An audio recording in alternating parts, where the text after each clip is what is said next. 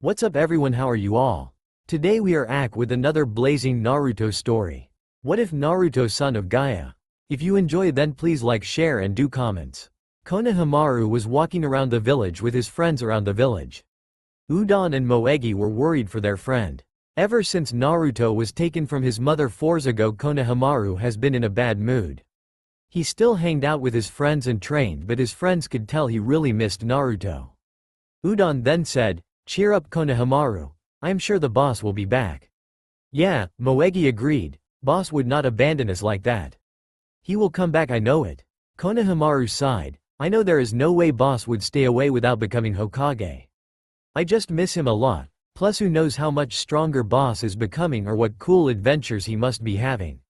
The other two nodded, "Yeah, he will have great stories to tell us." Moegi said, "I can't wait to hear them." Udon added, "But you do not have to wait, child," an old voice said not far from them.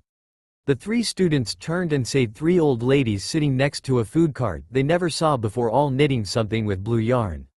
Konohamaru took a step towards them and asked, "What do you mean by that? And how do you know boss?" One lady chuckled, "We know everything. Past, present, future." Then all three ladies cackled.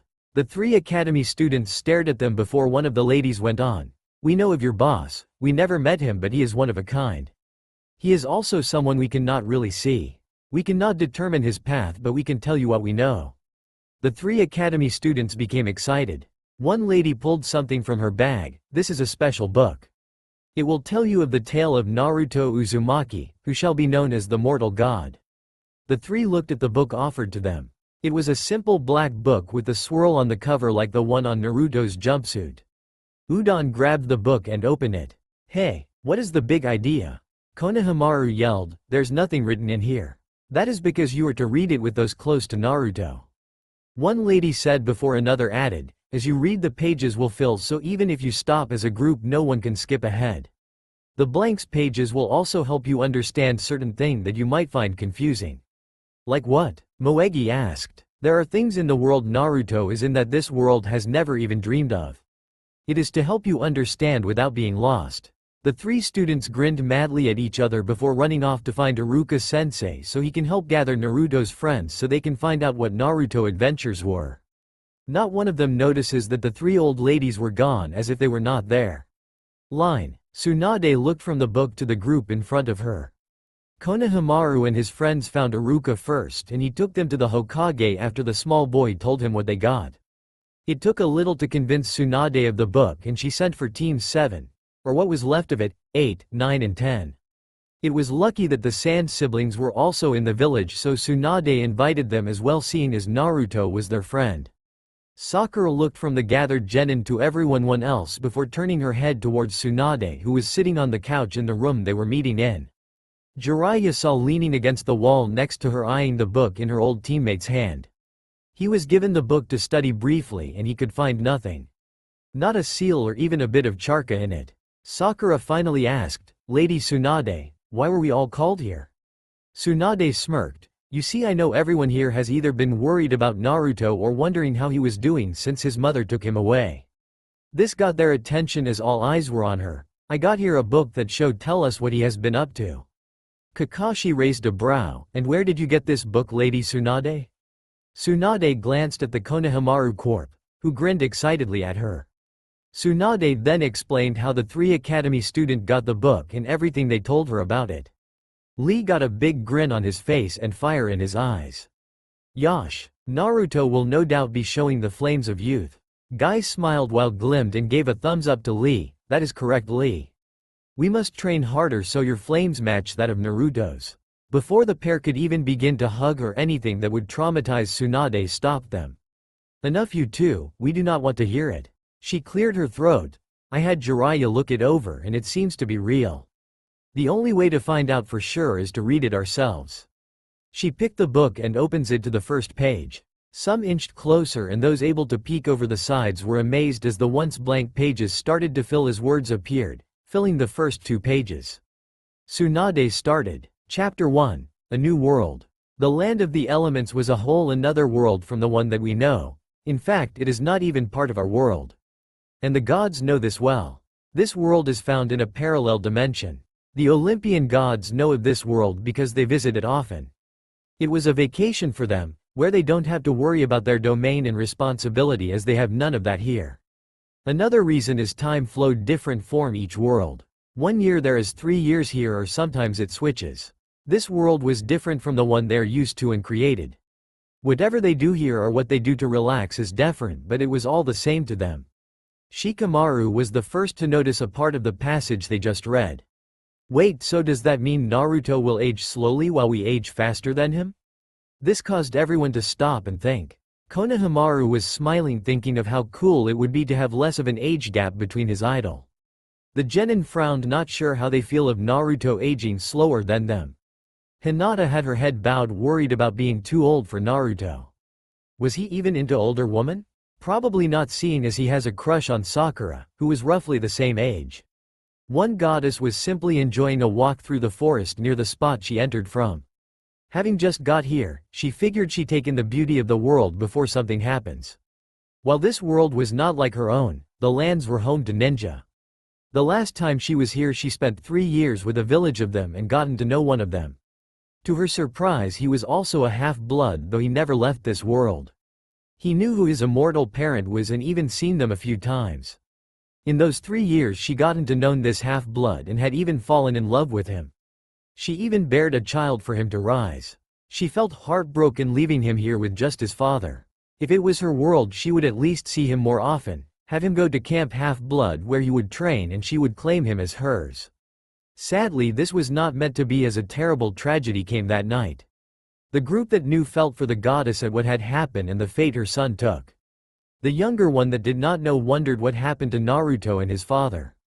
A monster attacked that village as she was giving childbirth to her son. Though she could do nothing then, she wished she could have. This monster, as the village called it, the nine-tailed fox, was a giant beast that could crush mountains and cause tsunamis with a single flick of its tails. She felt as if that thing could be a match for the Typhon. Typhon? Sakura asked. Tsunade then noticed a footnote appearing at the bottom of the page. Something just came up, she said, getting their attention before reading aloud. Typhon, most powerful son of Gaia and the father of all monsters. Nearly defeated the gods before Zeus was able to trap him under a mountain. The group stared. If that thing was as strong as the nine-tailed fox, they hoped they would not have to face a force like that. After her child was born, she was still weak and tried as her lover came to her. He told her that the only way to save the village was to seal the monster away into their son. With his immortal blood in him, he will be able to hold the creature back forever and it would never be freed again. Sakura was one of the first genin to make the connection. Sealed? Then it is inside Naruto? The sensei was quite before Jiraiya spoke up. That's correct. Naruto had the fox sealed inside of him ever since he was born. The genin stared quite. Gaara closed his eyes. So we are more alike than I thought, Naruto. To have such a burden and still be like you are, it is no wonder you are so strong. Tears gathered in her eyes as she was told the next day that doing this cost him his soul. She knew as he died in this world, he was sent to this world afterlife and not the underworld. Even if he did, she could do nothing about it. She was forced to leave her son soon after that, as she had to get back home before the gods send someone to get her and get punished for trying to skip out of her duty. It happened to Ares and Apollo once.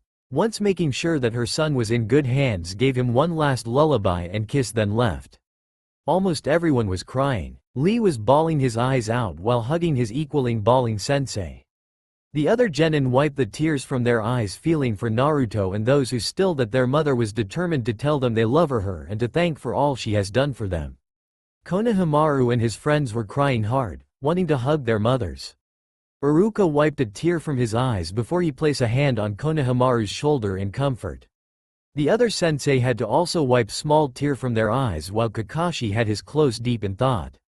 Tsunade and Jiraiya smiled sadly, remember how Artemis felt when she had to leave Naruto. Shikamaru then noticed a part of the passage everyone else seemed to miss. Wait, Naruto's father sealed it in him? That would mean he was the one who defeated it. And the only one that did that was, he left it hanging and the others Leaf Genin released it as well. Holy shit, Kiba muttered, shocked. His dad is the fourth Hokage. Tsunade sighed. She and Jiraiya figured it would come out in the book. She was sure Artemis would have told Naruto, but not this early. Yes, Naruto's father was the fourth Hokage, Minato Namikaze. Jiraiya spoke out before anyone else could say anything. Now listen, this is one of the best kept secrets. While only the younger generation don't know the truth about the fox, only a select few know of Naruto's heritage, and that is because most of them knew his parents. The group was quiet before Konohamaru asked, "Do you think the boss knows?" Jiraiya shrugged. "I don't know for sure, but I can guess his mother will tell him." Now let's get back to reading. Tsunade opened the book back up and read off where she left off. This was the first time she came back to this world, but she hopefully would be able to see her little boy. The sound of a waterfall caught her attention and figured that she could use a bit of cold water splashed to her face to calm her down before heading for the village hidden in the leaves. The waterfall came into view and the goddess looked on to see a strange scene. The waterfall was in between two giant statues that reminded her of some of their temples that she and the other god had back in the day. At their feet were two boys. Well, one didn't look like a boy. He had gray skin and had large leather wings shaped like hands. In his hands was what looked like black lighting. The sound of many birds could be heard all around the valley. Kakashi stiffened at this. Was this the final fight between Naruto and Sasuke? He did not see the fight itself, but after it, part of him did not was to see. On the other side has a blonde hair boy, whisker-like marks on his face and wearing what looked like an orange jumpsuit. It looked like something only Apollo would love. There was an aura around him that was shaped like an animal. When she saw the thick aura tail, she realized it was a fox. In his hands was, she closed her eye and shook her head. She has to be seeing things she just had too. The group realized this was Naruto fighting, but who was he fighting? Did Orochimaru send another one of his men to stop Naruto? In the boy hands was an orb of energy that was spinning in every direction at once. It was called the Rasengan. It was a move her lover made inspired by his immortal father. Those that did not know wonder which god was the father to the fourth Hokage. Which god inspired to make such a jutsu? Then the two charged at each other. The monster flying while the other one jumped and glided at him. Their arms held back ready to use their attacks, each shouting at the other. Sasuke, Naruto. The team that was sent to retrieve Sasuke was shocked. Ino and Sakura were wide-eyed, tearing up a Sasuke becoming a monster. Shikamaru knew what happened, the curse mark. Like the sound force, Sasuke was able to transform to win this fight. The goddess's heart skipped a beat. Could it be? Could that be her son? While in face was changed slightly by the aura, but it looked a lot like her lover's face. Her son groaned so much. They met in midair and the attacks clashed with each other. The energy mixing, causing it to flare up, blinding even the goddess. When it cleared, she froze. Only one of the boys was still standing and it was not her son. Kakashi closed his eyes, knowing that while he found Naruto defeated with his mother over him, he knew what had happened. For his mother to have seen it right when it happened must have made it worst for her. Again he cursed himself for teaching Sasuke the Chidori and not force the issue of using it against your comrades harder. The monster changed back into a dark hair boy, said something to her son and left. She didn't hear what he said, her whole attention was on her son. She wanted nothing more than to turn that boy into something nasty and unpleasant. The only stopping her was her injured son. Tsunade scowled for a moment. I wish she did do something to that little brat. But she did not fault Artemis, as she would have reacted the same way. Removing some ambrosia and a bottle of nectar, she cut a square and feed it to him. After she got him to eat it, she had him swallow some of the nectar. She tried not to give him too much for fear it would kill him. Slowly the wound in his chest started to heal before her eyes. She checked again and found him still alive and breathing fine. Sakura, Hinata and Shizune were amazed. Lady Tsunade, is there really something that can heal like that? Tsunade sighed. Yes, I know it. It is called ambrosia and it is the food of the goods. It can heal half-bloods from injuries, but we can't have it. Why not? Shizune asked. Because any mortal that eats it will burn to ash. Even half-bloods can burst into flames if they eat too much. The group paled at that thought. Tsunade went on, seeing to change the subject. As it started to rain softly, the goddess made her decision. She was bringing him back with her right now. She gathered him up as a ninja and a pug enter the valley. The dog sniffed around but turns to the ninja, who didn't take his eye off of the goddess. The rain is washing away the scent, I can't track anything anymore. The ninja still looked at the goddess, know what she really was. He bowed and said, "My lady." Kakashi didn't say anything, but you could see the sadness in his eyes. This was his greatest failure, losing two of his students in one go. The goddess knew this was as he was trained by her lover and helped protect the village. "Kakashi, I'm taking my son where he belongs. Tell you village, if he ever come back it will be his decision. If it was up to me he would never come back." And in a blind light, which caused Kakashi and his dog to look away, vanished with her son. The group was quiet before Gaara spoke up, "So it is possible for Naruto to come back here?" Kakashi nodded. "Yes, I am sure Naruto will be back." Gaara nodded with a small, barely noticeable smile. "Then I shall train and be ready for when he come back." Scene change. A day after Naruto was taken from his world, the blonde was now in a bed. From the sounds outside the window, it seemed that it was very noisy out there. Slowly waking up, Naruto bolted up and looked around. This place was not his apartment in the village hidden in the leaves, nor was it a hospital room. Looking around him, he noticed a scroll addressed to him. "Dear Naruto, I am sorry I won't be there when up awaken.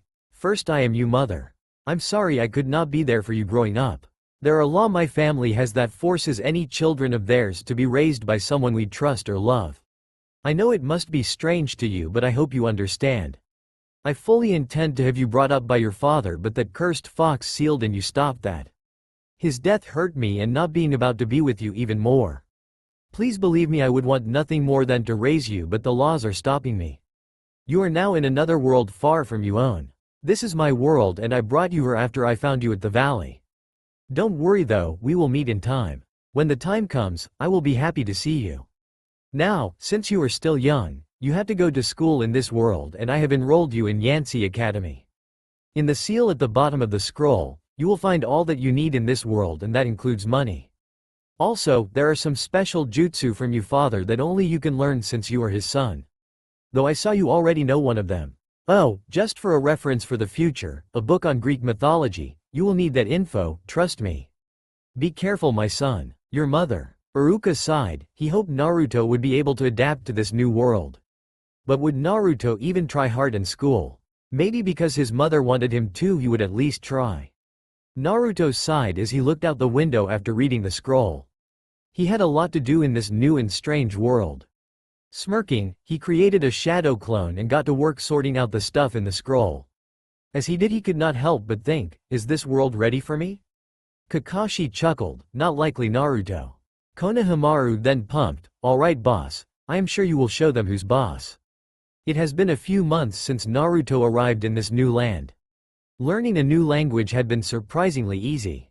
Though he did find out that he was dyslexic in this world also, but he knew how to deal with it. The group was surprised to hear Naruto learned a whole new language easily and the fact he was dyslexic. Ino blinked, wait, he is too? Sakura looked at her, what do you mean too? Ino blushed, I have a hard time reading, the word keeps swimming before my eyes. It takes me forever to read anything. That was why you did better than me with reading and test in the academy. The group blinked before Jiraiya chuckled, that's because it's the mark of a half-blood. You are dyslexic because your brain is hardwired to read ancient Greek. You can read that as clear as day. Ino blinked at this new information. That was not all bad, for you see, he had met a boy with the same problem. His name was Percy Jackson. The two got along very well. They were both impulsive and that hated being in school. Naruto's reason was because of his experience in the academy back home, while Percy's reason was that weird thing happened to him and always got then blame. Now, Naruto being himself did not really give a second thought about that. That and the fact that he told Percy about his ninja abilities only strengthened their friendship. Percy wished that he could make shadow clones to do his own homework and often begged Naruto to use them to help him out in school or when they were handing out. Iruka frowned, he should really do his own homework. Kakashi chuckled, well, that is Naruto for you. Plus it does not matter really. Anything the clones do is sent back to the user. You can do a lot of paperwork with a couple of clones. Tsunade felt like hitting herself for not realizing it sooner. Then through that friendship came another. Through Percy, he had met Grover Underwood. The boy was a cripple because he was always seen with crutches. He was also a bit of a hippie in his opinion because of the fact that he barely ever ate meat and by the way he dressed. Naruto thought his outfit back home was way better. This caused those that knew his fashion sense to shake their heads. and showing the guys it caused Grover to just laugh. Though he was pranked afterwards. All in all, Grover was a very nice guy. He usually looked out for Percy and himself the best he could, of course being crippled made him a bit weak. Now, however, our trio was on a bus to the Metropolitan Museum of Art. They were taking a trip to learn about Greek mythology, not that Naruto needed it since he knew a lot already. Sitting in his seat, Naruto saw what Percy was wearing for today. With his dark hair, he wore an orange and red shirt, blue jeans, and some black shoes. Grover, who was sitting right next to Percy, had his usual crutches, a tie-dye shirt and some oversized pants on that hid his shoes. Naruto was still considered the oddball of the group. He wore a pair of black sneakers, some ripped jeans, and a black shirt on that had a picture of blue flames coming from a bluish-silver dragon jaws. This caused Ino and Sakura to blink. They were surprised to hear he wore something beside orange, let alone something that actually looked good. Konohamaru thought the book sounds cool, which his friends agreed, and Hinata blushed as she pictured him dressed like that. His train of thought was broken because Nancy Bobofit was throwing wads of her peanut butter and jelly at Grover, who was acting like nothing was happening to him for their sake. Percy was already on probation because of the odd stuff that happened to him. Some of it was him helping Naruto. Naruto, however, was not, and he could do anything within reason. He smirked in anticipation. I am going to kill her. Naruto heard Percy mumble, "It is okay. I like peanut butter." Grover commented as he had to dodge piece of Nancy's lunch. That's it. Percy growled out as he started to get up, but Grover kept him down. That is when Percy saw the look in Naruto's eyes and smirked. Iruka sighed as he read and knew that his favorite student was up to something. You're already on probation, Grover reminded Percy. You know who'll get blamed if anything happens. Percy smirked and said, only if I am the one doing it. That statement made Grover suddenly look at Naruto, and he was about to warn his other friend in the seat next to them, but he never got the chance to because at that moment, Nancy threw another piece of her lunch at Grover. Naruto, who had been fiddling with a paper shuriken, immediately threw the paper projectile at the wad, and it caught the piece of sandwich and kept on traveling to the window where it struck through a bit. Hey Nancy Drew, Naruto started with an annoyed smirk as he made fun of the girl's name. Please stop that. Nancy Drew? Kiba asked aloud, causing the others around him to shrug.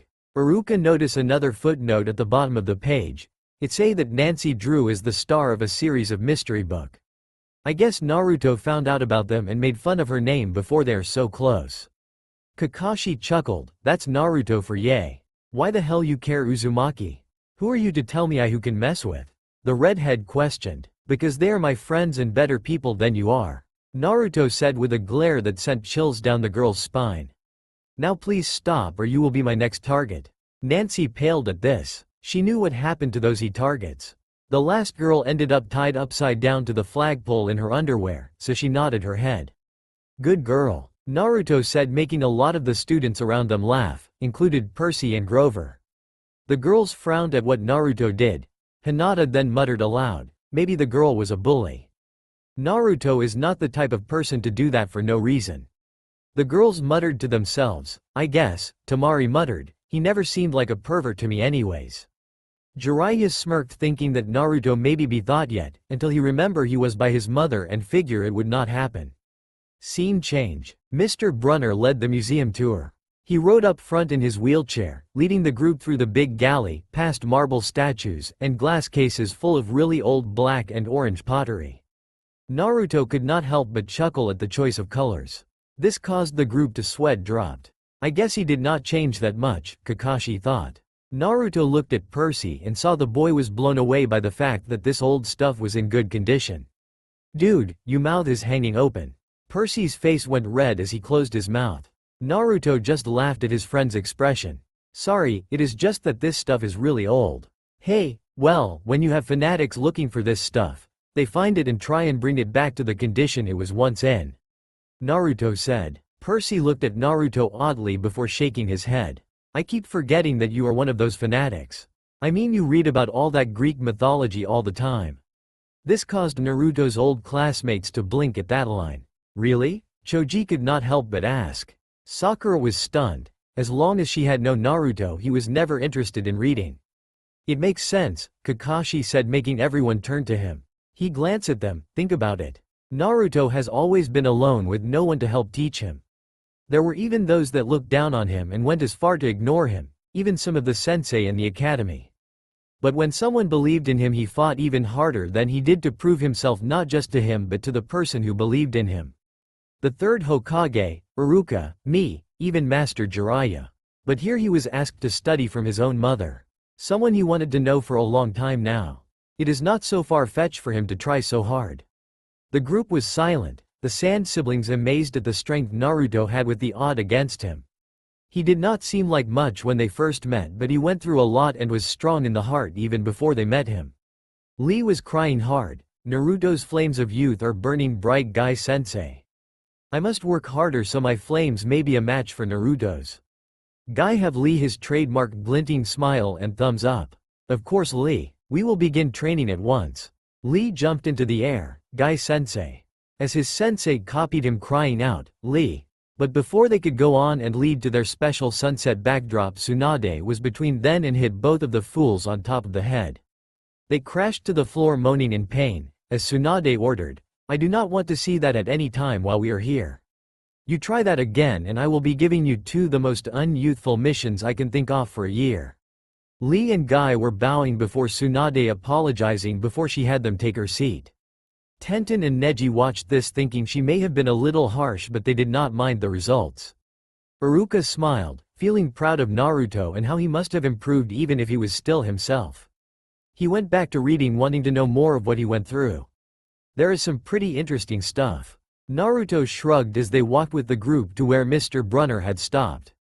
Besides, Mr. Brunner is under the assumption that we should both know about it all. Percy just rolled his eyes. Easy for you to say, you're interested in it. I mean that class, biology class and PE is what you excel in, the others are miles behind, like me.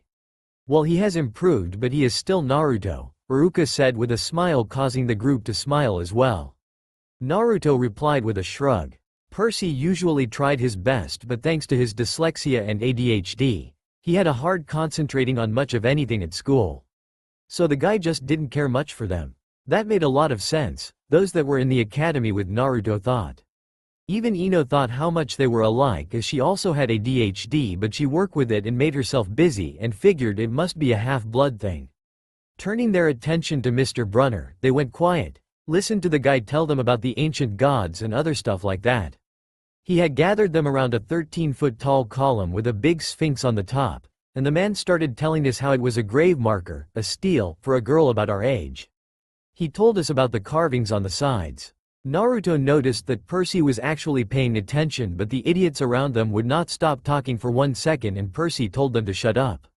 For some odd reason, Ms. Dodds, the annoying substitute math teacher, would give the both of them the evil eye. It was like she expected them to do something bad. That annoyed Naruto even further, and he kept getting a bad vibe from her. Her chakra was odd too. He knew he would have to keep an eye on her. This caused the adults of the group to look at one another. So a monster, you think? Jiraiya asked, to which Tsunade nodded, seems like it. The younger members looked worried about this. Grover noticed this as well, and we both nodded to each other. This was someone they would keep an eye out for, because when Percy told them that he thought she was not human, Grover gave him a very serious look like he already knew and agreed with him. Naruto just didn't like her because she was an old hag. K's sweat drops. Anyway, Mr. Brunner just kept on talking about Greek funeral art. When Nancy blabbed about a naked man on the steel, Naruto saw Percy snapped and practically yelled at her to shut up. Mr. Jackson, came the voice of Mr. Brunner, did you have a comment? No sir, Percy replied, embarrassed by his outburst, which made Naruto shake his head. Sure, he was going to say the same to the redhead, but Percy beat him to it. 'Cause he would embarrasses her but say she was a pervert for the statue. Jiraiya and a few guys laughed before they stopped with the glares from the females members. The wheelchair man then pointed to one of the pictures on the steel, asking Percy what the picture meant. That's Kronos eating his kids, right? Wait, what? Moegi asked, startled, and she was not the only one. Iruka looked at her, they are explaining it now. I am sure it is not that bad. I wouldn't bet one it, Jiraiya thought as Iruka started again. Yes, Mr. Brunner said, looking not that satisfied. And can you tell me why? Seeing Percy have a hard time answer that question, Naruto decided to intervene. The psycho ate his kids because there was some prophecy telling him that his kids were going to take over one day like he did. Naruto explained, getting a sigh of relief from Percy. He was the Titan Lord, so went and got his panties in a bunch and ate his kids because of that. But all he really did was set the prophecy in motion and screwed himself over because his wife hid her last born, Zeus, and gave the guy a rock to eat. Talk about bad taste. Naruto joked, which made a lot of people laugh, including Mr. Brunner. He also got some giggles from the group as well. Anyway, when Zeus was all grown up, he tricked his dad into barfing up his brothers and sisters, and well, the war between Titans and God came to be and the gods won. Even Iruka had to look sheepish at that. Okay, maybe it is as bad as it sounded. Ew. One of the girls commented on the barfing part. Of course, in my opinion, I find it odd that even if the gods were immortal, that they survived in Rockhead's stomach all those years. They must have been really annoyed and was like, little brother, what took you so long? Do you know how boring it is inside a stomach? Naruto joked, making people snicker. Sakura rolled her eyes, yes, because that was their biggest concern.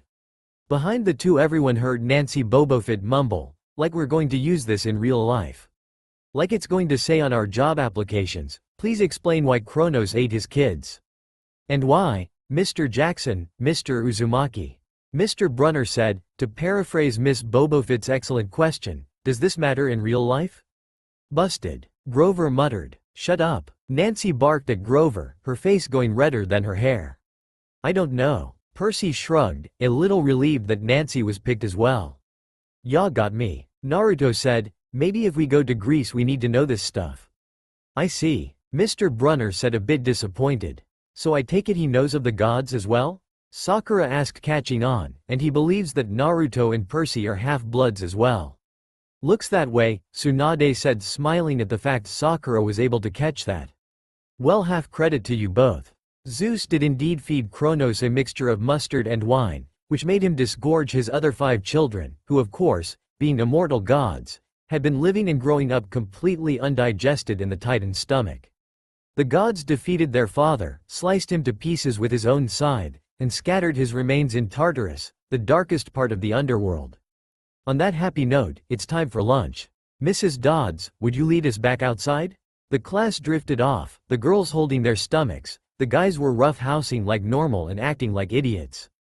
Grover, Percy, and Naruto were about to follow when Mr. Brunner said, Mr. Jackson, Mr. Uzumaki. They told Grover to keep one going while they handled whatever he was going to say to them. Sir? Mr. Brunner had this look, like he knew a lot more than he let on, and that had seemed too much. You two must learn the answer to my question. About the Titans? Percy asked. About real life, and how your studies apply to it. Oh, the boys mumbled, though Naruto had the sinking feeling that the man was talking about both things. Good instincts, Naruto, Kakashi thought. What you boys learn from me, he started, is vitally important. I expect you to treat it as such. I will only accept the best from both of you, Percy Jackson, Naruto Uzumaki. This made both of the boys a bit angry at the man. Sure, he was cool in class when he set up those tournament days, but the man was pushing the two of them a bit hard.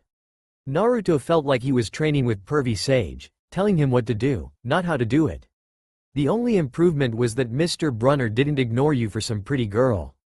Tsunade glared at Jiraiya, who was chuckling nervously and sweating a little. Percy mumbled something about trying harder while Naruto just nodded his head as they left to go eat. Naruto noticed that Mr. Brunner gave a long sad look at the steel. It was odd to say the least. Hey, maybe the guy knew the girl, not likely. Scene change. The class gathered on the front steps of the museum, where they could watch the foot traffic along 5th Avenue. The boys noticed that storm clouds were brewing. Hey Naruto, what do you think is going on, with the weather and all? Naruto gave the boy an, are you serious look. You're asking me? I am not a weatherman, but odd stuff like this has been going on for a bit though. You see it all over the news nowadays. Strange this is, no one else seems to notice the clouds other than us. It's like an otherworldly power or a genjutsu. He must have told his friend about them, Kurenai thought, at least what they are basically. With that, the two boys joined Grover as the fountain and sat down to eat. It was away from the others so they would not be bothered, and the fact that Percy didn't like being part of the school in the first made it seem that we're not part of the school for freaks. Of course, Naruto didn't care, but he was at first cheesed that he had to a school like this. Detention? Asked Grover. Nah, Percy answered, not from Brunner. I just wish he'd lay off me sometimes. I mean, I am not a genius. Naruto rolled his eyes and said, he could have told you or him that. But it is like he knows something about us. Hey, maybe we are related to some old Greek god or something. The boys looked at each other and then burst out laughing, though for Grover it was a nervous laugh. Kankuro laughed. Of course he would make a joke that is right on the button. Tamari rolled her eyes before then said, it seems that Grover also knows of the gods. Or at least has a clue. Looks like it, Shikamaru muttered. Where do you come up with this stuff? Laughed Percy holding his sides. After bit, they were quiet. Then Grover asked for Percy's apple and the boy gave it to him. Percy seemed a little lost in thought. Thinking about your mom again? Naruto asked. Yeah, we are kind of close to her place. I hope she is doing alright. I mean, she has been living with Gabe after all. Percy said, a little angry about her still with Gabe. Dude, I'm sure she's alright. She put up with that slob this far. I am sure can do it a little bit longer. Still don't see what she sees in that guy though. Naruto commented. Percy nodded and was about to unwrap his sandwich when Nancy Bobofit and her annoying friends came over and got brave by dumping her lunch on Grover, making Naruto and Percy glare at her. Oops, she drawled out while smirking at Percy, as if daring him to do something about that, and Naruto did not have a paper shuriken help some. Naruto could tell that Percy was pissed and was trying to keep his temper down and was failing miserably. Then something weird happened. The water from the fountain rose up and pushed her onto her butt into the fountain. The group was shocked. Looks like Percy is the god of a water god. Tsunade said. That is not what she saw though. Naruto pushed me. Then that old witch, Miss Dodds, came right up to them with a hard glare. Around them they heard whispers of what happened. Apparently, Naruto was not the only one to see the water move. After the old crone had made her Nancy was alright, she turned the two boys and started off with that, now honey, crud, but Naruto beat her to it. I know. Naruto grumbled, a month of erasing workbooks. Naruto just sighed. This old hag was probably going to give him something worse. Though, it would seem that was not the right thing for Naruto to say. Both of you come with me. Wait, Grover spoke, it was me. I pushed her. We both started at Grover for that. Naruto was stunned that Grover was trying to cover for them. Naruto was put off that Grover wanted to take the punishment for them. Kakashi felt a bit of pride at this from Naruto. Sakura however was worried. He knows something and does not want Naruto and Percy alone with her. The old crone didn't seem to buy it and glared at him so hard that his chin trembled. He was scared of the old crone after all. I don't think so, Mr. Underwood. But, you will stay here. Miss Dodds forcefully said each word with anger, making Grover shrink a bit. It is okay, man.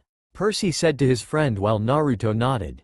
With that, they left with Percy giving Nancy an evil glare while Naruto slowly took out a paper shuriken, making the girl pale. That only made Naruto smirk. Though, when they looked back to Miss Dodds, she was already at the entrance of the museum. The boys looked at each other, thinking how the hell did she get over there so fast? Naruto got a gut feeling that this was not a good thing. Scene change. The boys walked to the end of the entrance, thinking that the old crone was going to make them buy a shirt to replace Nancy's wet one, but that seemed to not be the case because they walked right past the gift shop. Something is not right here. How far into the museum does she need to take us to bitch at us? Why do I have this feeling that I'm in for a fight? Naruto thought as they walked deeper into the museum. He looked to that Percy had the same thoughts as him. The group was tense, wonder what would happen. The small group made it back to the Greek and Roman gallery of the museum to find the place completely empty. They heard her growl as she looked at the marble picture of the Greek gods. You boys have been making trouble for us, she said suddenly. This made the boys look at her oddly. Percy was thinking about the candy he was selling while Naruto was thinking about the way he has been doing his homework and selling some of it to people who did not do theirs. Well, I am not sure what you are talking about, Naruto replied. Ma'am, I don't. Percy started, but the old crone didn't let him finish. Your time is up, she hissed ominously. Then the weirdness came. Her eyes began to glow like barbecue coals. Her fingers stretched into talons. Her jacket melted into large, leathery wings. She was not human, that was for sure. She was pretty much an old bitch with bat wings and claws and a mouth full of yellow fangs, and it seemed that she was the boys as her next meal. What is that? Kiba was the first to ask as everyone was shocked. The Konohamaru Corp. Were huddling together scared that such a monster was real, but they knew that their booze could handle it. A monster of that world, Jiraiya said, but I am not sure which one. If we keep going then we can find out, Iruka said before he started again. Please tell me you see that too. Naruto whispered to Percy to fearfully nod. Good, then I know that I'm not insane then. That is when things got even weirder, because Mr. Brunner, who had been reading a book at the entrance, was at the entrance of the gallery with a pen and 2 silver and black rings in his hands. What ho, boys! The man yelled to them as he threw the items at them. That was when the old crone lunged at Percy. Naruto, thinking fast, made a seal appear on his pants and kunai holster appeared. He then took out 2 kunai and threw them at whatever Miss Dodds had turned into. Get away from my friend, you vampire reject. While the old hag dodged that, he then saw Percy catch the pen, but the odd thing was that it had turned to a goldish sword. He then caught the rings in time to flip out of the way of Miss Dodds' claws. Percy's eyes widened when he saw his friend's new weapons. In Naruto's hand were 2 identical twin blades. They were 2.5 feet long and curved. Bronze and black metal mixed seemed to be the blades. Tenten blinked before she leaned forward with stars in her eyes, thinking of such unique blades. Where can I get blades like those? Naruto rolled over to where Percy was and looked at Miss Dodds. She was getting up from her strike at Naruto and she looked pretty intimidating. Percy looked shaken by this, and it did not help that Naruto was a bit scared too. He had never fought something like this before. Then, she charged at the boys and they thought of were to stab her, and they did. Just as their blades met, the old crone burst in a shower of yellow powder. It was like she vaporized on the spot with nothing but the smell of sulfur and a dying screech that sent chills up their spines. There was an evil chill in the air, like those creepy eyes were watching their every move. What happened to the monster? Shino asked, speaking the first time. I take it that what happens to monsters when they die? Tsunade nodded. Their body break down and their souls go back into the darkest pit of the underworld, where they are reformed and come back. Hinata gasped, worried that the monster will try and get Naruto again. The boys were now alone in the gallery once more. They looked back to their weapons and were shocked to find something different in their possession. Percy had a gold ballpoint pen while Naruto had the rings in his. Okay, Naruto said out loud, I think we should get back to the others, something odd is defiantly going on here. Right, Percy agreed when he saw that Mr. Brunner was not in the room they were in. Back outside, it had started raining. Grover was using his museum map as a tent to keep himself from getting too wet, while Nancy was still wet from earlier. She looked to them and smirked. I hope Mrs. Kerr whipped your butts. The group was quite confused. Who was Mrs. Kerr? Who? Percy let out. Our teacher, duh. The boys blinked, asking who that was, but all she did was walk away. They asked Grover where the old crone was, but he just gave them an odd look and asked, who? But he did pause first before saying it, like he knew something was going on. Not funny, man. Percy said, this is serious. He didn't answer as thunder boomed overhead. Shaking his head, Naruto led Percy over to Mr. Brunner, who was under a red umbrella reading his book, like he never moved. He looked up distracted and asked, my pen and my lucky reins. Please bring your own writing utensil in the future, Mr. Jackson. Oh, and thank you for finding my lucky rings, Mr. Uzumaki. He said as they boys handed the items to him. Sir, Percy started. Where's Miss Dodds? Who? He said with a blank face. You know, the other chaperone, the math teacher. Naruto explained. Boys, there is now Miss Dodds on this trip, nor is there one in the school. Are you boys feeling all right? He asked concerned. It is as if a genjutsu was placed over the class, Kurenai said. But who made it and why?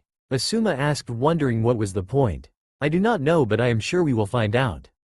Kakashi added. The boys just sighed and left, making their way back to Grover. On the way back, Naruto muttered out, is it me or is something going on here and we're missing it? Not just you think time, Naruto. Sakura muttered. Iruka closed the book. Well, that is it for this chapter. Konohamaru stood up, but what is all that about and why are they forgetting everything? Iruka looked at his student. I don't know Konohamaru, but I am sure the book will explain it or Naruto will be told.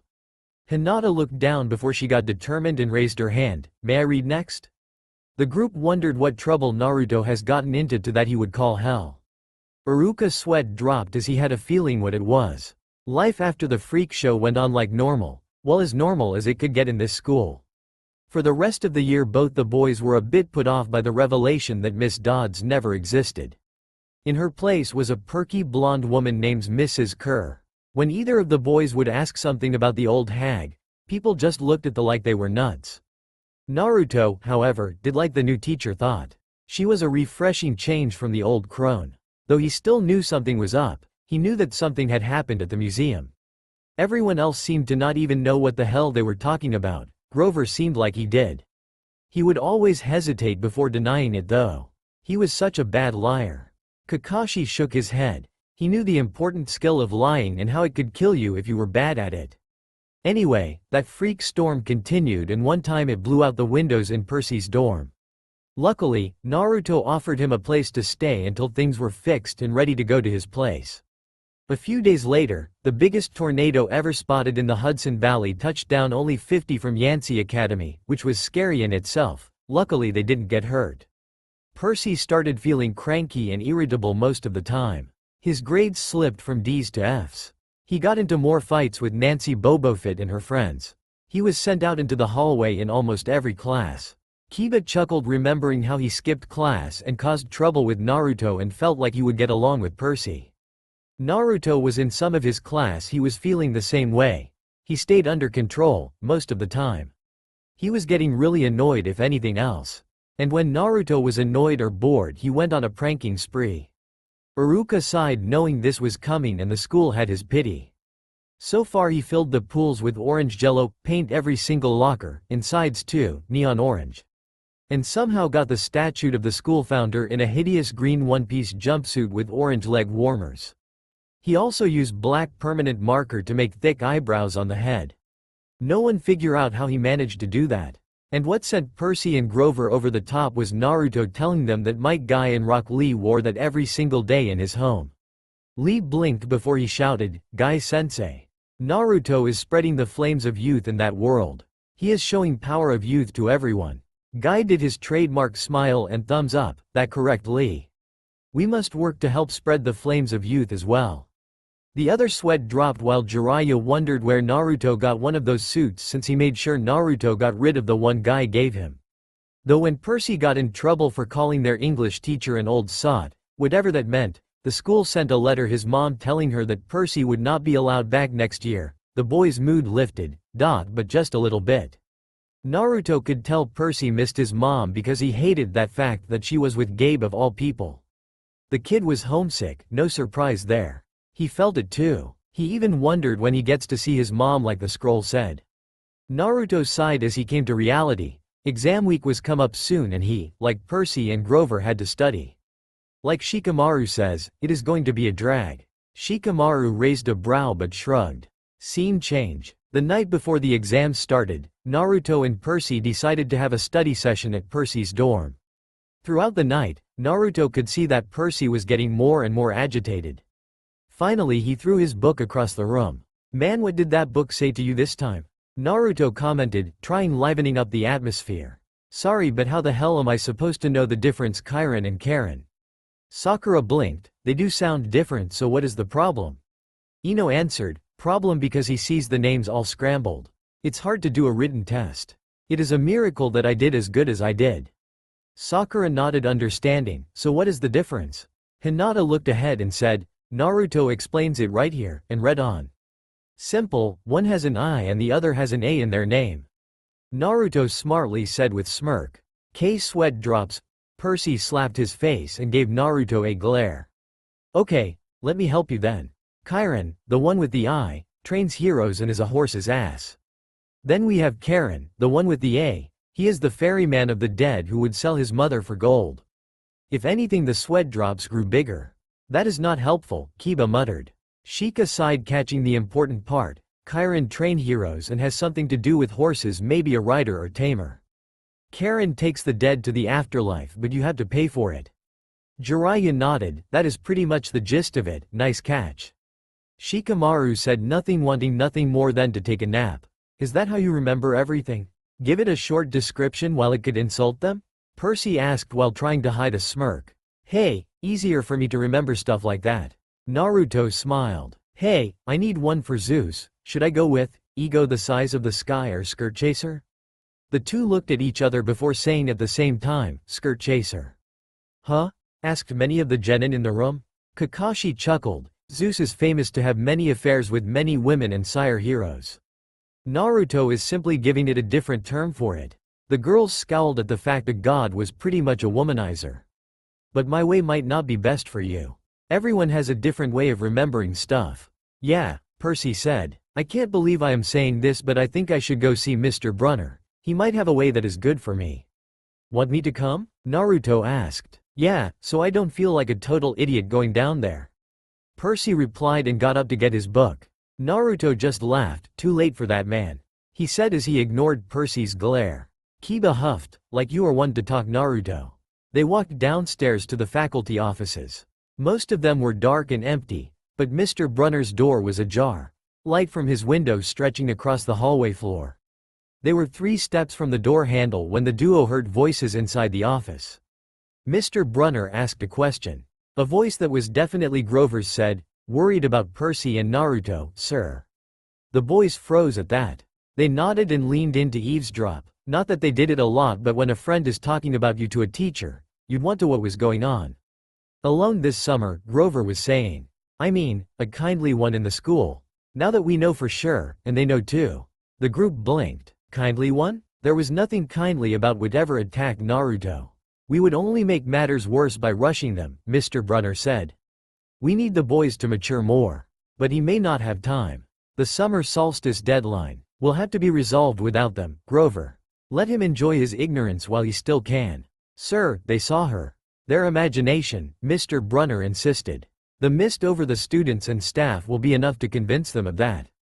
Kurenai thought about it.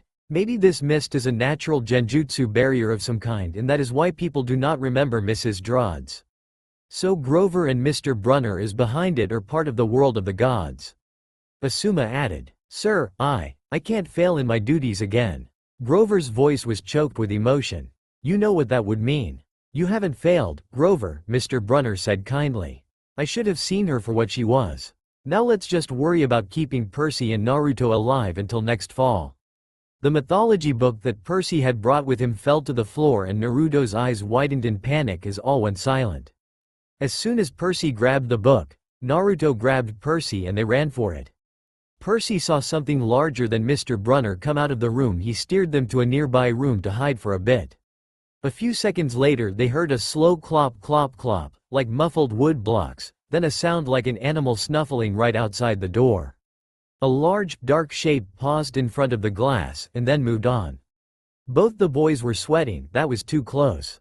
Somewhere in the hallway, Mr. Brunner spoke. Nothing, he murmured. My nerves haven't been right since the winter solstice. Mine neither, Grover said. But I could have sworn. So whatever has happened, it revolves around the winter solstice. Sakura muttered, to which the others nodded. They wished they knew more, but the book did not give any more information, so they kept reading.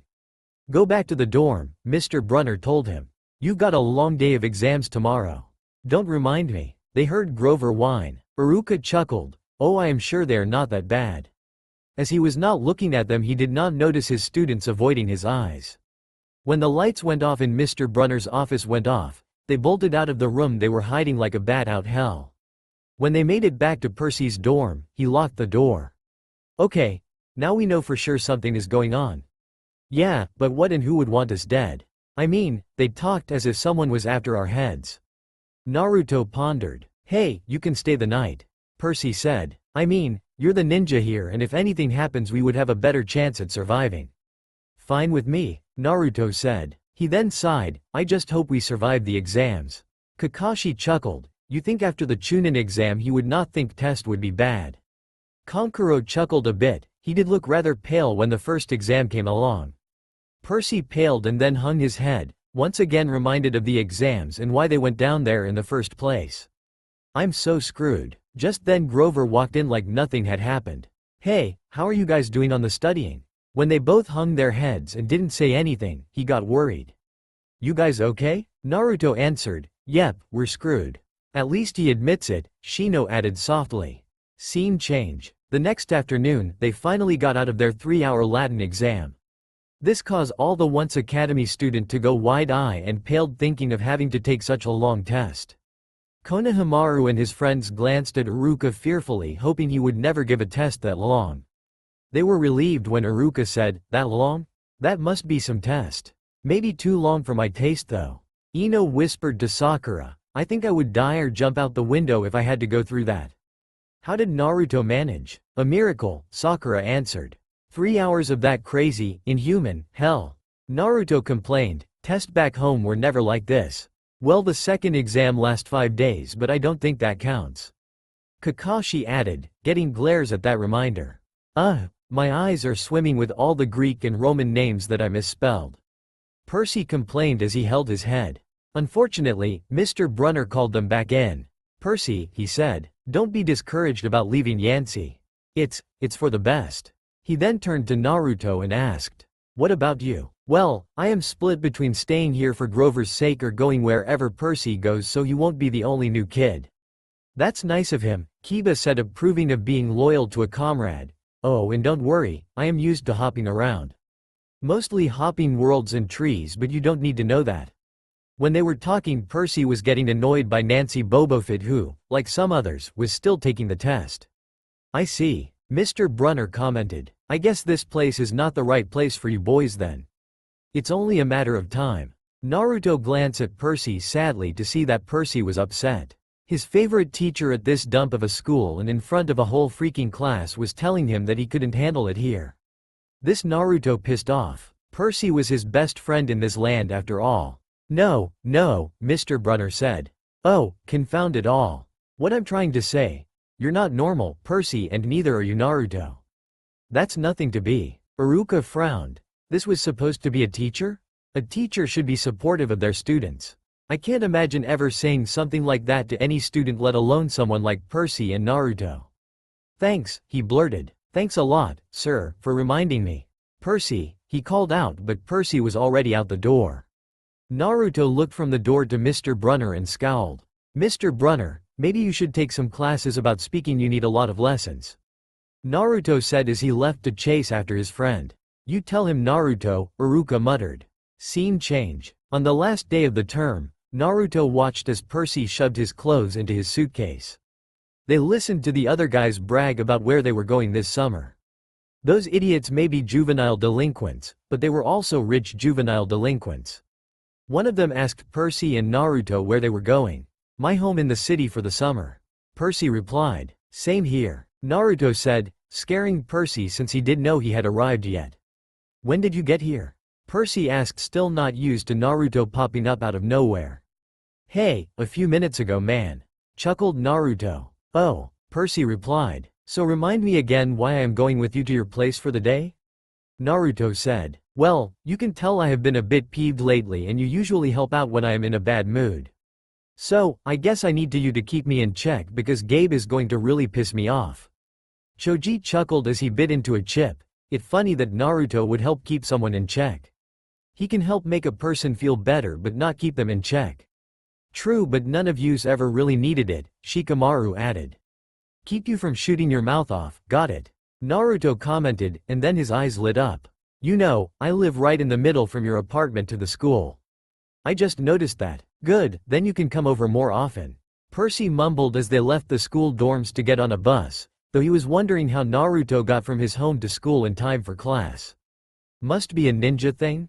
Kiba laughed, wondering how Percy would react to some of the stuff ninja can do that Naruto could not. Scene change. Both boys were dreading how they were going to say goodbye to Grover, but luckily for them, he was on the bus they were on. The whole bus ride, they saw that Grover was very fidgety, like he was expecting something to come out the works to come after him or them. He was like this every time they left the school campus. Odd. He must be expecting another attack. Kakashi noticed. Guy nodded, ever on the lookout for his friends. This Grover is burning with the flames of youth. Though Percy was getting annoyed by it and he blurted out, "Looking for kindly ones?" Naruto smacked his head while Grover nearly jumped out of his seat. "Wah, what do you mean?" The boy confessed about eavesdropping on his and Mr. Brunner's conversation the night before the exams. Grover's eye twitched. How much did you hear? Oh, not much. What's the summer solstice deadline? Percy asked. Or is that too much for you to handle? Naruto smirked. He winced. Look, guys. I was just worried for you, see? I mean, hallucinating about demon math teachers. Grover, dude. And I was telling Mr. Brunner that maybe you guys were overstressed or something, because there was no such person as Mrs. Dodds, and… Dude, you suck at lying. Naruto blurted out, making Grover sputter and his ear turn pink. Busted, Kiba chuckled, getting laughed from the Konohamaru Corp. From his shirt pocket, he fished out a couple of grubby business cards. Just take this, okay? And you need me this summer. The card was in fancy script, which was murder on their dyslexic eyes, but they finally made out something like Grover Underwood, Keeper, Half-Blood Hill, Long Island, New York, 800-009-0009. So we are right, Ino muttered, but what is a keeper? Hinata glanced down and found a footnote that appeared. It says that keepers are those that travel the country looking for half-bloods and bring them to camp safely. The group blinked, then they gave Grover their pity for having to deal with Naruto and try and protect him with his stubborn nature. What's half? Percy started. Don't say it aloud, he yelped. That's my, summer address. That made Naruto roll his eyes. He didn't buy that for a minute, but his friendship with Grover stopped him from saying so. Percy looked a little sad that even Grover had a summer home like the other people at school. At least Naruto is like me and lives close. Okay, he said glumly. So, like, if I want to come visit your mansion. Did he not pay attention to the card? Asked Shikamaru, annoyed at Percy for being such a drag. I doubt he lives in a mansion. He nodded. Or if you need me. Why would I need you? Percy growled out harshly, surprising even Naruto. Grover blushed right down to his Adam's apple. Look, Percy, the truth is, I kind of have to protect you, both of you. He said, making the boys look at him oddly. They were the ones who had to protect him in the school. Grover, Percy said, what exactly are you protecting us from? Before he could answer, there was a huge grinding noise under our feet. Black smoke poured from the dashboard and the whole bus filled with a smell like rotten eggs. The driver cursed and limped the Greyhound bus over to the side of the highway. Man, rotten luck, Konohamaru said, crossing his arms. Stuck in the middle of nowhere. After a few minutes clanking around in the engine compartment, the driver announced that they'd all have to get off. Percy, Naruto, and Grover filed outside with everybody else. They were on a stretch of country road. No place you would notice if you didn't break down there. Hey, that's what I said. Konohamaru exclaimed. On our side of the highway was nothing but maple trees and litter from passing cars. On the other side, across 4 lanes of asphalt shimmering with afternoon heat, was an old-fashioned fruit stand. Couldn't we break down somewhere with more shade? Naruto commented while hitting the back of his head on the bus. Raising an eyebrow, he took a look at the fruit stand on the other side of the street. The stuff on sale looked really good. Heaping boxes of blooded cherries and apples, walnuts and apricots. Jugs of cider in a clawfoot tub full of ice. There were no customers, just 3 old ladies sitting in rocking chairs in the shade of a maple tree, knitting the biggest pair of socks they'd ever seen. These were no ordinary socks, they were as big as sweaters. Who wears socks that big? The lady on the right knitted one of them. The lady on the left knitted the other. The lady in the middle held an enormous basket of electric blue yarn. All 3 women looked ancient, with pale faces wrinkled like fruit leather, silver hair tied back in white bandanas, bony arms sticking out of bleached cotton dresses. Konohamaru glanced at his friends, who glanced back at him. Were these the ladies they met before? The creepy thing is that they were staring right at Percy and Naruto. Talk about creepy, Naruto commented. Hey Grover? Whatever Naruto was going to ask died in his throat seeing Grover. You okay, man? Percy asked when he saw Grover's face. What wrong now? Kankuro asked. Tamari rolled her eyes at her brothers stupidly. Shut up and we will find out. They looked at Grover to see that all the color had drained out of him, that and his nose was twitching. Tell me, are they looking at you too? There, aren't they? Yeah, weird, huh? You think those socks would fit me? Asked Percy in a joking manner. Not likely, Naruto replied, getting really freaked out. I think they would fit Gamabunta though. Big socks, Jiraiya muttered. Maybe they would be kind enough to make a pair for him. He added as a joke which no one found very funny.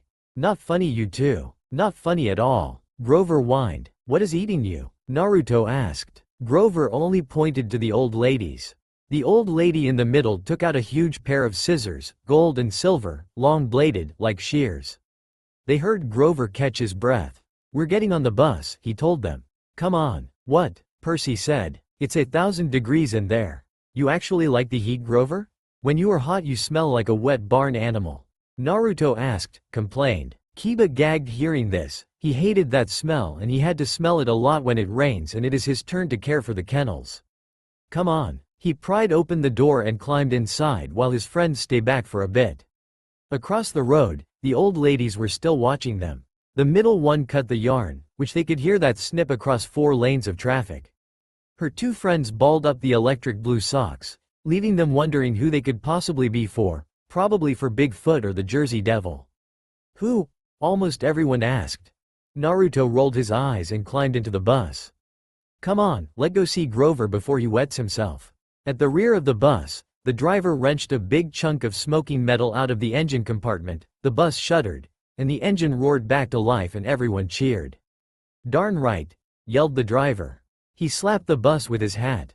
Everybody back on board. Took him long enough, Naruto drawled as he walked to the back with Percy. It's not his fault, Kurenai said. And he did manage to fix it.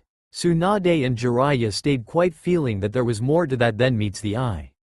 Once the bus got going, Percy got all feverish like he got the flu while Naruto started sweating and complaining about the heat. Grover was not any better but he was chatting his teeth like he was cold. Grover? Asked Percy. Yeah? What are you not telling us? A lot of information I am sure, Shino said. Grover dabbed his forehead with his shirt sleeve. Percy, Naruto, what did you two see back at the fruit stand? A few old ladies with way too much free time. Naruto replied while putting a hand on his forehead and wiping off the sweat.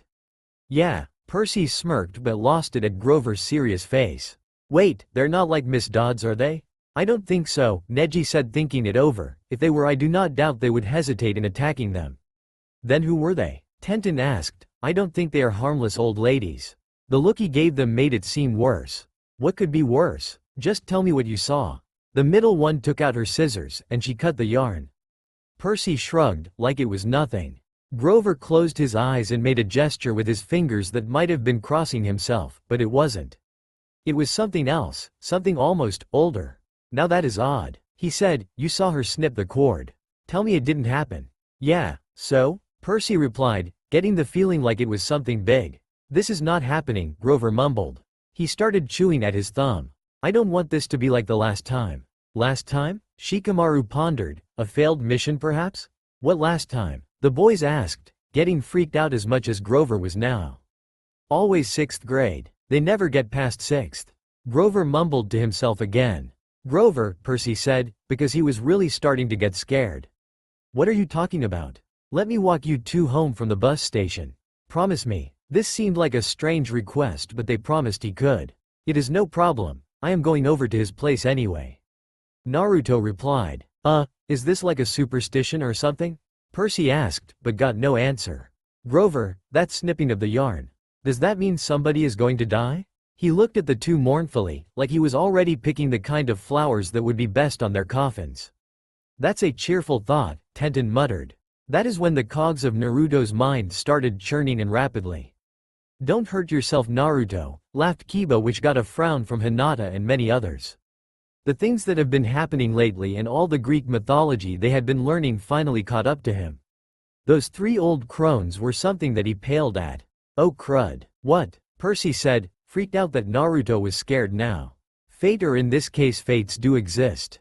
Naruto replied, while Percy and Grover gawked at him. If Neji was here he would never let me live this down. Neji paused hearing this before he smiled softly. Well, it is not the same, but I will have to remember this the next time I see Naruto. Hinata marked the book, and this is it. Who would like to read next? The rest of bus ride they listened to Grover freak out to himself the whole way. So it was not a surprise that when it was over that Grover had to go to the restroom. Okay, why is that not a surprise? Tenten asked. You see, when Grover get upset, his bladder act up. And by act up he means a gallon of water going through a little just getting potty trained. So when Grover went to the bathroom at the bus station, the boys quickly got away. Percy hailed a cab and they jumped in. Sakura frowned. It was not like Naruto to leave a friend behind like that, especially when they were scared like Grover seems to be. East 104th and 1st, Percy told the driver. While Naruto made the shadow clone hand sign, Percy looked at him oddly when nothing happened. What was that about?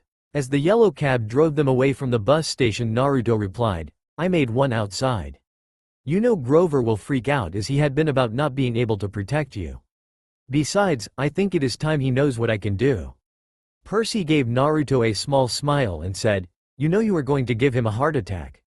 At least he left something behind, Choji muttered. Imagine if Naruto was not there. How would Grover react to find his friend missing? He would panic, even more than he is now. Kiba guessed getting a bark from Akamaru. Naruto gave Percy a smirk as they traveled to his mom's apartment. Along the way, Percy told Naruto all about his mom. My mom's name is Sally Jackson and she is the best person in the world. That also proves my theory that the best people have the rottenest luck. Percy said as Naruto nodded, having heard that from him a few weeks ago. That can't be true, can it? Ino asked. The others shrugged, not really sure how to answer that. Grover got out of the bathroom and looked around for Percy and Naruto. He only saw Naruto with his arms crossed. Hey Naruto, where is Percy? He went home, Naruto replied, making Grover's eyes widen. Don't worry though, I am with him. Iruka shook his head fondle at Naruto's antics. He was not one for beating around the bush most of the time.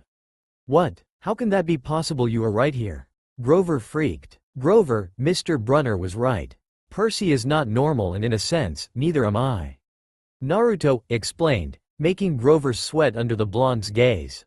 Weird stuff has been going on lately and it has been going on most of Percy's life. Me on the other hand, I think that stuff is a bit normal, the thing with people trying to kill you. Naruto then looked around them to see that the bus station was completely empty. Everyone had left a while ago. I know I am not normal because I have powers that normal humans don't have. Remember that, Grover, because that helped me protect Percy like you want. With that, Naruto disappeared in a poof of white smoke. Grover had a look of pure shock on his face. By the gods, poor Grover, Lee muttered, such a youthful friend all alone and confused. His teammates gave him a deadpan look while Guy nodded. The unknown demigod duo made it to Percy's apartment and paid. Percy looked up at the apartment nervously and said, Naruto, are you sure want to come in? Smelly Gabe is a real jerk and he will not be any different to you. Naruto smiled with a bit of annoyance. Yeah, Percy, you told me about your mom and all her history and I still can't figure why she is with this Gabe. Don't worry, I won't anger him much. You know me, that's why he's saying that, Kakashi added, unable to help himself. Gaara smirked slightly, knowing his friend's antics. I know that why I'm asking. I'm just getting a bad feeling about this, Percy said as they entered the building, hoping his mom would be home from work. Instead, Smelly Gabe was in the living room, playing poker with his buddies. The television blared ESPN. Chips and beer cans were strewn all over the carpet. Wow, it is worse than I expected, and I expected something bad. Naruto thought with a deadpanned expression. Sakura and Ino felt like gagging at how the man lived. What a pig, they both thought. Hardly looking up, Gabe said around his cigar. So, you're home. Who is your loser friend? Naruto, where's my mom? Percy replied shortly. Working, he said. You got any cash? That made Percy rolled his eyes. What, no, welcome back. Good to see you. How has your life been the last 6 months? Figures. Percy noticed that Gabe had put on weight. He looked like a tusk-less walrus in thrift store clothes. He had about 3 hairs on his head, all combed over his bald scalp, as if that made him handsome or something. This guy managed the electronics megamart in Queens, but he stayed home most of the time. It was a wonder why he hadn't been fired long before.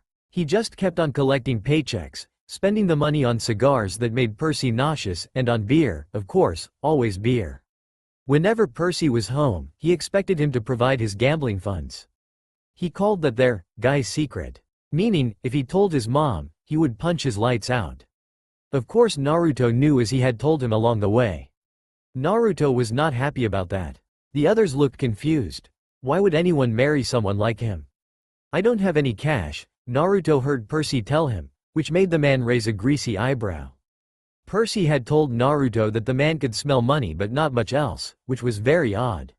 You took a taxi from the bus station, he said. Probably paid with a 20. Got 6-7 bucks in change. Somebody expects to live under this roof, he ought to carry his own weight. Am I right, Eddie? I would say you would have to do the same, Konkuro started, but I doubt he can even get up from a chair with how big he seems. Some of the guys laughed and you could see the grins on some of the girls. Eddie, the super of the apartment building, looked at Percy with a twinge of sympathy. Come on, Gabe, he said. The kid just got here. Am I right? Gabe repeated. Eddie scowled into his bowl of pretzels. The other two guys, Naruto noticed, passed gas in harmony. Nice, Kiba deadpan in his head. He would give Naruto his pity for the smell if the genin did not force him to smell his own fart. Fine, Percy said. He dug a wad of dollars out of his pocket and threw the money on the table. I hope you lose. Before anything could be said or done, Naruto put a hand on Percy's shoulder and the money. Percy looked at Naruto oddly before he noticed the gleam in Naruto's eye. Oh, Gabe was so screwed. How is it you can smell money and not the fact you need about a dozen showers? Naruto added, ignoring the glare and sniggers, how about I play? You can take my money if I lose. Percy smirked, he knew from experience, and a lot of others at school too, that Naruto never lost at card games, no matter how hard some of them try and cheat, and he didn't even know how to play some of them. Tsunade blinked, is that true? The Shikamaru, Choji and Kiba nodded as they played a few games with Naruto and he was very lucky in most games. Yeah, it was weird. At first he was not that good but he was new to a game so we didn't hold that against him, then one day he somehow got super lucky almost overnight. Tsunade gained a grin on her face, if he ever come back I will have to take him gambling with me. Shizune had a feeling of what her master was grinning about and sighed. What, a brat like you? Gabe said, eyeing Naruto, still mad about the shower comment, and the fact his poker buddies found it funny. Afraid of being beat by a kid? Naruto smirked. Besides, I got a few $100, are you going to pass up on that? That got Gabe's attention. Even though he was mad, Naruto did have money. He would win it from this brat and rub it in his face. Fine, sit down and play. Good. Naruto sat down and leaned over to Percy. This will be over soon. You should get settled in, it is your place after all. He's screwed, almost everyone thought. As the game began, Percy nodded and left. He would wait for Gabe to lose to Naruto. He slammed the door to his room, which really wasn't his room. During school months, it was Gabe's study, and he uses that term loosely. The man didn't study anything in there except old car magazines, but Gabe loved shoving Percy's stuff in the closet, leaving his muddy boots on my windowsill, and doing his best to make the place smell like his nasty cologne and cigars and stale beer. Percy dropped his suitcase on the bed. Home sweet home. Oh joy. I'm surprised his mom can stand him doing that, Ino muttered, unable to imagine her room being like that. As he thought about other stuff, he didn't know how much time had passed. He walked to his door in time to hear two things. Gabe's crying out, which he knew from experience that it was the cry of a loser, and his mom calling him. It seemed that she was home now. I think this day just got better.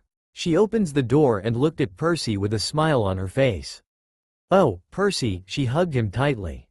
I can't believe it. You've grown since Christmas. Thanks, Mom, Percy said. Her red, white and blue Sweet on America uniform smelled like the best things in the world. Chocolate, licorice, and all the other stuff she sold at the candy shop in Grand Central. She'd brought him a huge bag of free samples, the way she always did when he came home. Choji drooled at the thought of his mother bringing home treats from a candy store. Konohamaru and his friends were also drooling as they all had the same thought, lucky. So who is your friend out there that is beating everyone at poker so badly? Oh, that is Naruto Uzumaki. He is a good friend from school. Percy replied. Good to know you have a friend. Sally Jackson said softly as she hugged him again. Percy then began to tell her all about his school year at Yancey Academy. It seriously was not as bad as the headmaster said it was. He didn't really tell her much about the museum because it still freaked him out. Did something scare you? No, Mom, Percy lied, but whatever happened seemed to revolve around both me and Naruto. He said, making her eyes widen. So, Percy found a friend like himself. That is good because if he ever got to that world, he would really need a friend. Mrs. Jackson thought to herself. The others frown at this.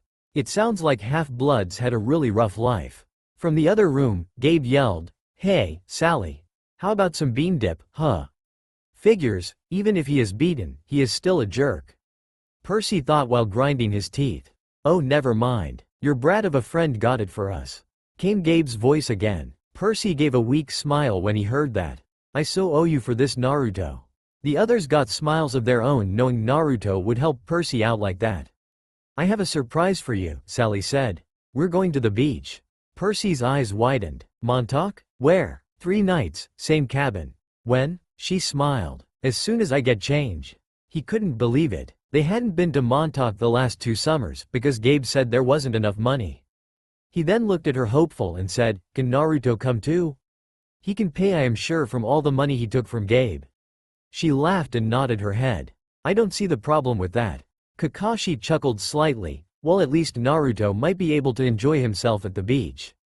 With that they left his room and walked out to see a steaming Gabe and a smirking Naruto with a bunch of bills in front of him.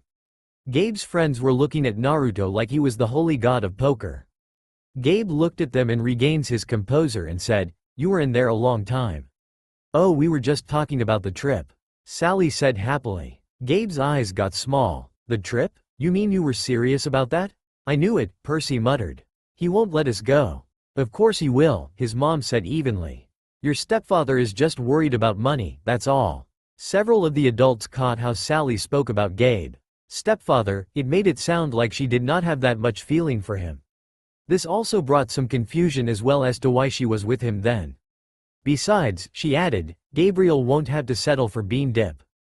I'll make him enough 7-layer dip for the whole weekend. Guacamole, sour cream, the works.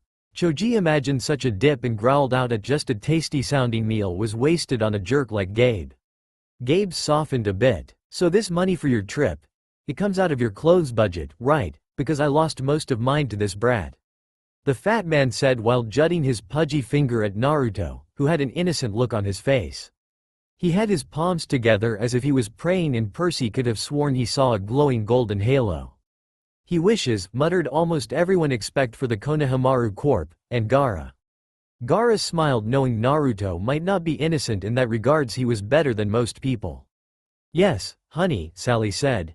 And you won't take my car anywhere but there and back. We'll be very careful. Gabe scratched his double chin. Maybe if you hurry with that 7-layer dip. And maybe if the kid apologizes for interrupting my poker game. Maybe if I kick you in your soft spot, Percy thought. And make you sing soprano for a week. I would, almost every genin agreed. He looked to his mom and it was a silent agreement that he had to be nice to Gabe if this was going to work. I'm sorry, Percy muttered. I'm really sorry I interrupted your incredibly important poker game. Please go back to it right now. Gabe narrowed his eyes, trying to detect sarcasm in what Percy said. Yeah, whatever. He then turned to Naruto. No more for you, ever. Go away. Kiba laughed, what a sore loser. You weren't much better, Shikamaru reminded him. You almost bet Akamaru to him and would have lost had your mother not caught you. Kiba scowled at both the reminder and the memory of the lecture his mother gave him for treating Akamaru like that. Naruto just shrugged and walked over to Percy and his mom. Oh, Naruto, would you like to come with us? She asked. Sure. Are you sure you want someone like me on board? Yes, you are Percy's friend after all, so you must be a good kid. Sally replied making Gabe rolled his eyes.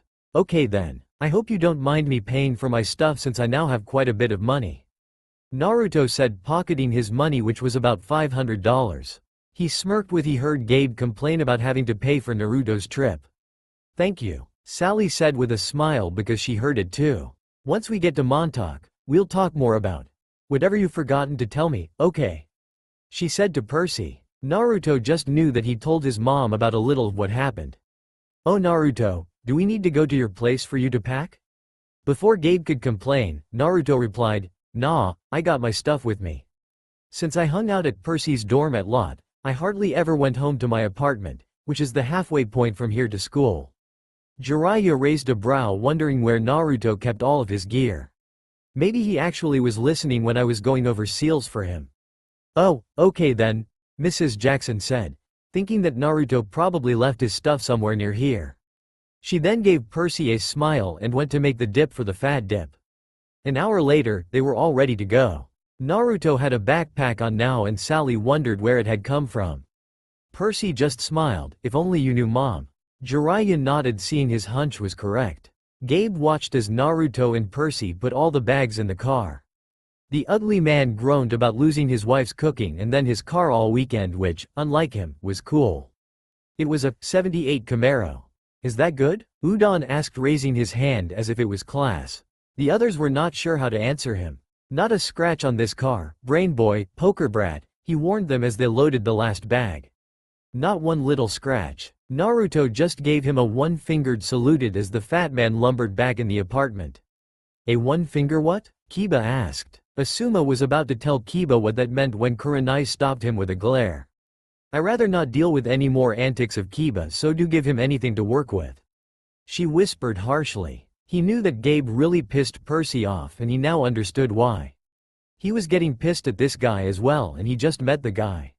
He then saw Percy make that odd gesture that Grover did on the bus, and whatever he did worked, because as soon smelly Gabe was in the doorway, the screen door slammed shut and probably sent the man flying.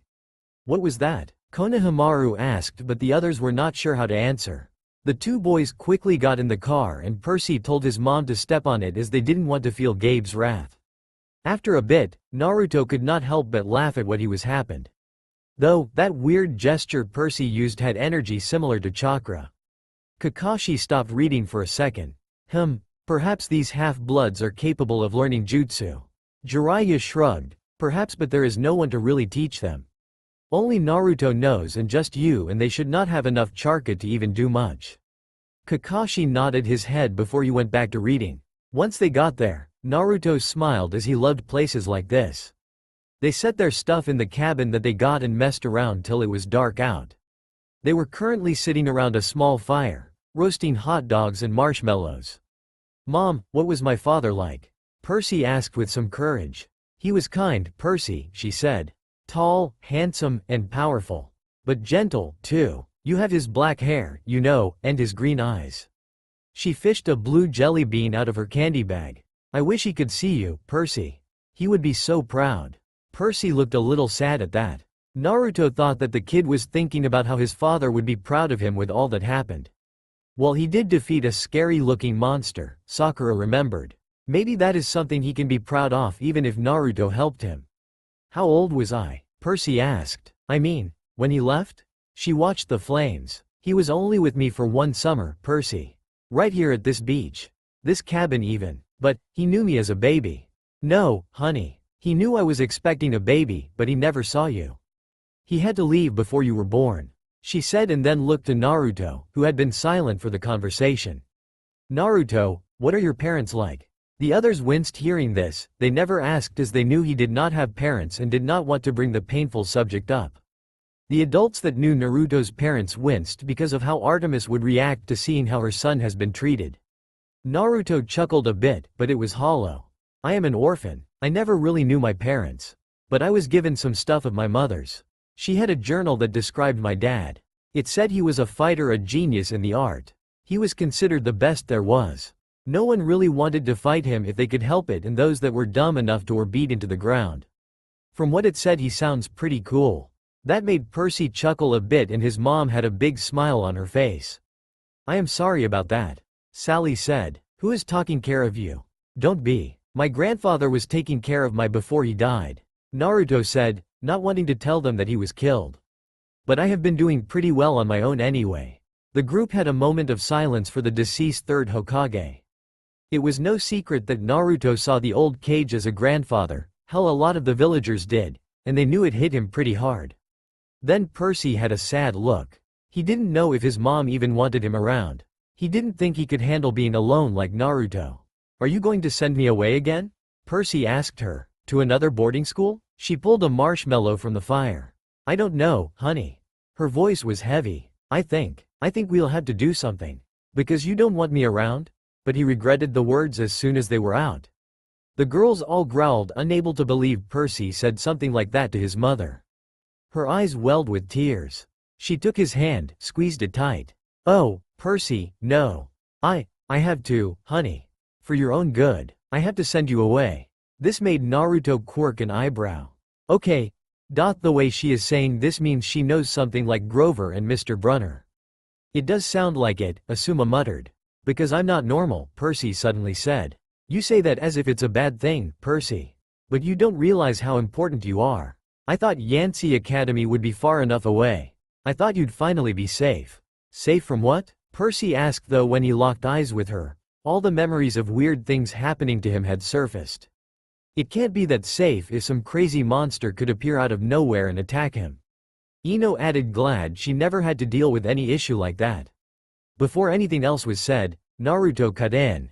Percy, not being normal is not that bad. I mean, look at me. I have this powers and I am fine. Mrs. Jackson looked at him oddly and he sighed, knowing that he would have to show her. He held out his hand and swirling ball of energy formed in his hand. Percy's eyes widened and said, you never showed that one to me, only those shadow clones. And for good reason, Jiraiya added. The Rasengan is not a jutsu to be taken lightly. It can cause some major damage. The other genin looked at him, wondering how powerful that attack can be.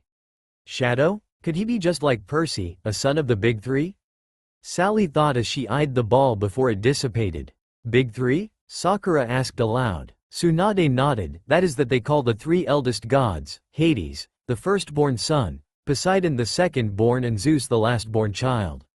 They have 3 sisters as well, but the Big Three are the strongest of the gods, they say.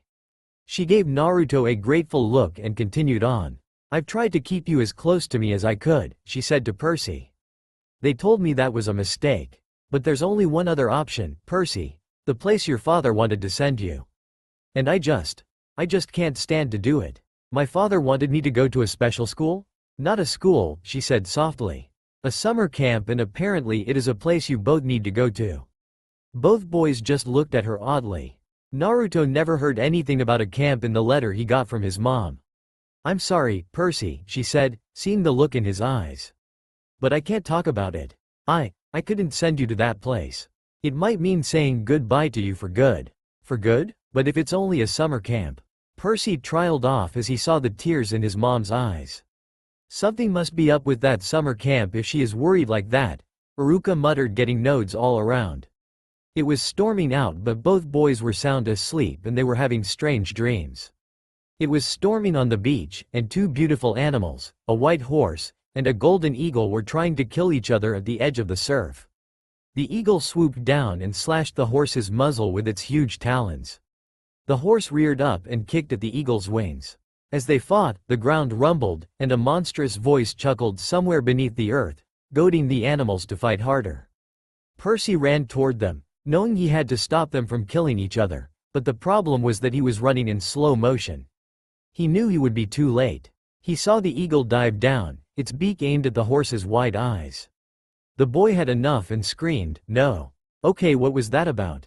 Sakura asked. Kakashi noticed a footnote appearing on the bottom of the page.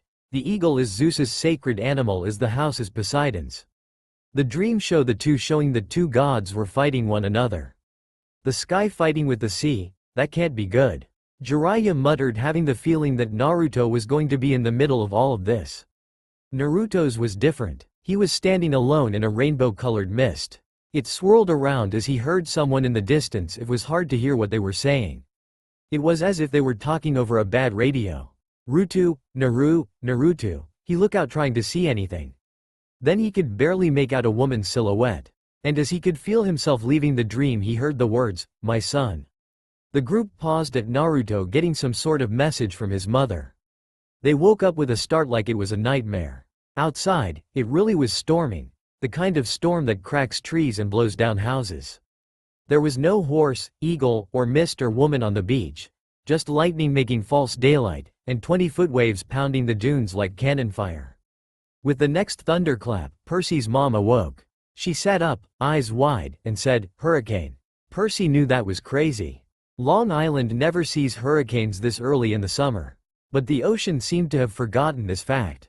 Over the roar of the wind, he heard a distant bellow, an angry, tortured sound that made his hair stand on end. Then a much closer noise, like mallets in the sand. A desperate voice. Someone yelling, pounding on our cabin door. Mrs. Jackson sprang out of bed in her nightgown and threw open the lock. Grover stood framed in the doorway against a backdrop of pouring rain. But he wasn't exactly Grover. How did Grover manage to find them? Kiba asked, wondering about the boy's tracking skills. And what do you mean he is not exactly Grover? If you would let me read, then we can find out. Kakashi added before he went back to reading. Searching all night, he gasped. What were you two thinking? Mrs. Jackson looked at them in terror, not scared of Grover, but of why he'd come. They were too shocked at the moment to register that, however. Because, instead of normal legs, Grover had legs that were like an animal's, sort of like a donkey or maybe a goat. Almost everyone were shocked at this.